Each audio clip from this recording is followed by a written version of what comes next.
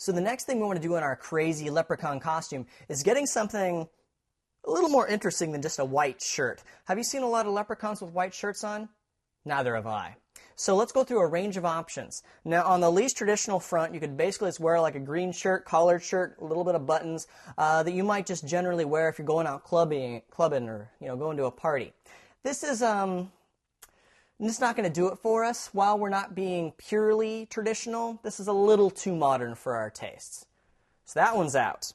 Then you might also have some other nice green shirts around the house. And this is a good basic shirt, which is something more what we're looking for. But the problem is it's a little drab. It's a little too dark, a little too gray, a little too dingy. We want more of a brighter shade of green to kind of a little more of a contrast with our pants. It does not have to perfectly match. Here's another shirt. It may be actually participated in some past St. Patty's Day where you got like a nice commemorative shirt. This is something you can consider wearing, but again, it gets you a little further afield of where we're going, a little overtly not leprechaunish, a little more just bluntly Irish.